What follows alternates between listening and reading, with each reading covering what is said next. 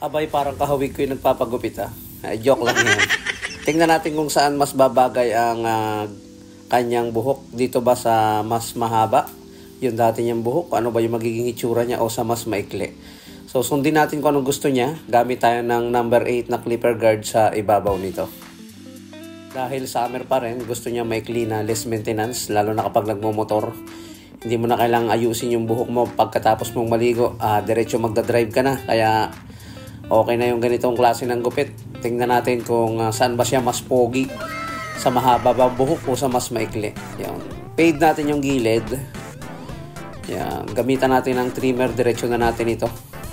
Pwede pa rin natin itong tawagin na buzz cut number 8 ang ibabaw nito.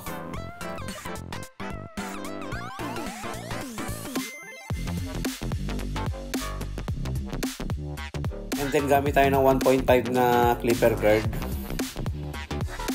Dire-diretso lang yung paghagod na gawin natin. Fast forward natin ng konti para naman hindi kayo mainip sa video natin ginagawa.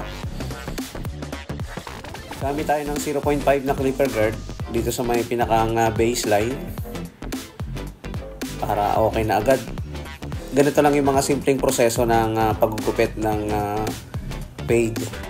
Yung kanyang buhok medyo may mga lubak-lubak, saka maliliit yung kanyang hibla, kaya mahirapan tayo ng konti dito. Ating pag-aaralan yan kung paano maging maayos yung kanyang gupit. Zero close, zero open. Burahin natin unti-unti.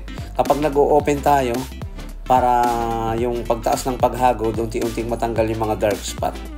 Yan yung technique kung bakit kailangan nating ibabataas ang adjuster nito.